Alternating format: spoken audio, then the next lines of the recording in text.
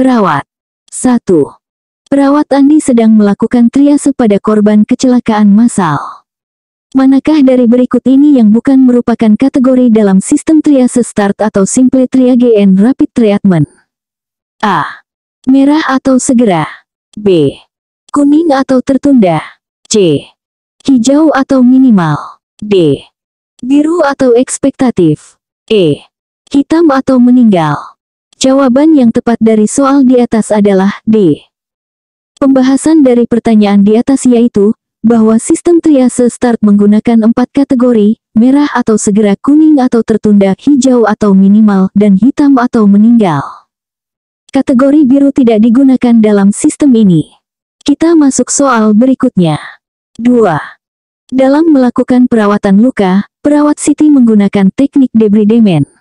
Apa tujuan utama dari prosedur ini? A. Meningkatkan aliran darah ke area luka. B. Mengurangi pembengkakan di sekitar luka. C. Mempercepat pembentukan jaringan parut. D. Menghilangkan jaringan mati atau terinfeksi. E. Menutup luka dengan cepat.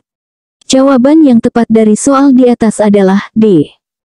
Pembahasan dari pertanyaan di atas yaitu, bahwa tujuan utama debridement adalah menghilangkan jaringan mati atau terinfeksi dari luka untuk memfasilitasi penyembuhan yang optimal. Kita masuk soal berikutnya. 3. Perawat Budi menemukan pasien dengan tanda-tanda syok anafilaktik. Tindakan farmakologis pertama yang harus dilakukan adalah pemberian A. Antihistamin intravena. B. Kortikosteroid intravena. C. Epinefrin intramuskular. D. Salbutamol nebulizer. E. Cairan kristaloid intravena. Jawaban yang tepat dari soal di atas adalah C. Pembahasan dari pertanyaan di atas yaitu, bahwa dalam kasus syok anafilaktik, epinefrin intramuskular adalah tindakan farmakologis pertama yang harus diberikan karena efektivitasnya yang cepat dalam mengatasi reaksi alergi berat. Kita masuk soal berikutnya. 4. Perawat Lina sedang merawat pasien dengan diabetes mellitus tipe 2. Pasien mengeluhkan rasa kesemutan dan mati rasa pada kaki. Kondisi ini kemungkinan besar menunjukkan A. Nefropati diabetik. B. Retinopati diabetik. C. Neuropati diabetik. D. Ketoasidosis diabetik. E. Hipoglikemia. Jawaban yang tepat dari soal di atas adalah C. Pembahasan dari pertanyaan di atas yaitu, bahwa gejala kesemutan dan mati rasa pada kaki pada pasien diabetes mellitus tipe 2 menunjukkan kemungkinan neuropati diabetik, yang merupakan komplikasi umum akibat kerusakan saraf perifer. Kita masuk soal berikutnya. 5. Dalam melakukan perawatan pada pasien dengan luka bakar, perawat Doni menggunakan rumus Parkland untuk menghitung kebutuhan cairan resusitasi.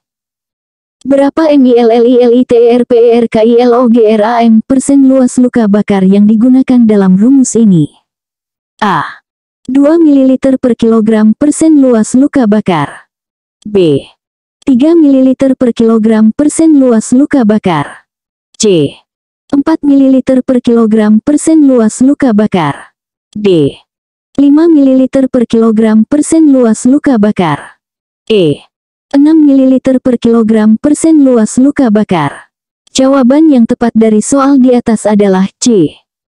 Pembahasan dari pertanyaan di atas yaitu, bahwa rumus Parkland menggunakan 4 ml per kilogram persen luas luka bakar untuk menghitung kebutuhan cairan resusitasi dalam 24 jam pertama setelah luka bakar.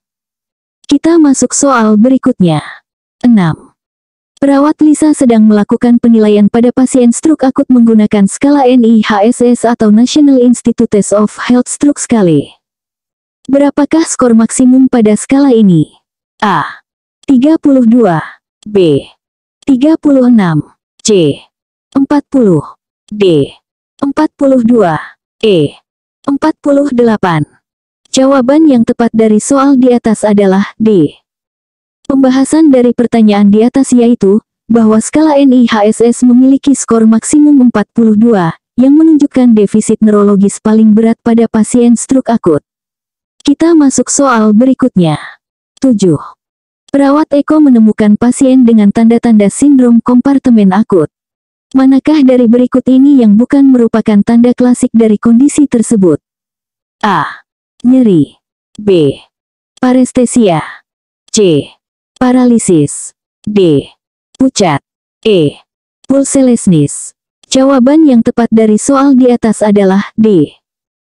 Pembahasan dari pertanyaan di atas yaitu, bahwa tanda klasik sindrom kompartemen akut dikenal dengan 5P, pain atau nyeri, parestesia atau parestesia, paralisis atau paralisis, palor atau pucat, dan pulselessness atau tidak ada denyut nadi. Pucat atau palor adalah bagian dari tanda klasik, bukan yang bukan merupakan tanda. Kita masuk soal berikutnya. 8. Dalam melakukan perawatan paliatif, perawat maya menggunakan skala Edmonton Symptom Assessment System atau ESAS.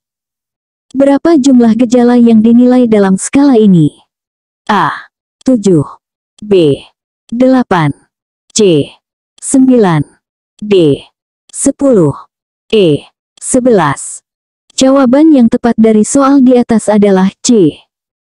Pembahasan dari pertanyaan di atas yaitu, bahwa skala ESAS menilai 9 gejala umum pada pasien paliatif, termasuk nyeri, kelelahan, mual, depresi, kecemasan, mengantuk, nafsu makan, kesejahteraan, dan sesak napas.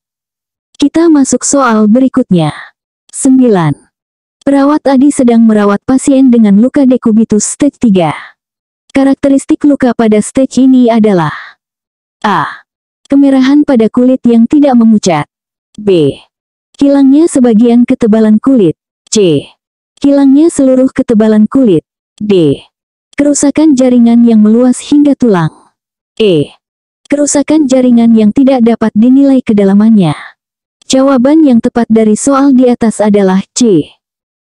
Pembahasan dari pertanyaan di atas yaitu, bahwa luka dekubitus stage 3 ditandai dengan hilangnya seluruh ketebalan kulit, termasuk kerusakan atau nekrosis jaringan subkutan yang dapat meluas hingga fascia yang mendasarinya.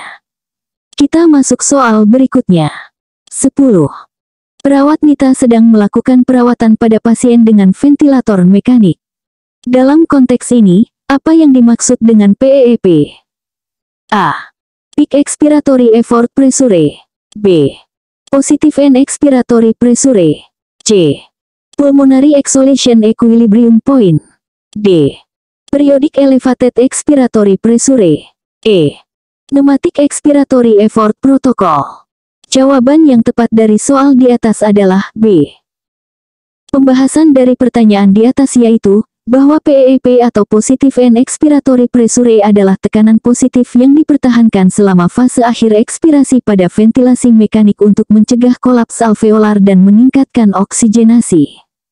Kita masuk soal berikutnya.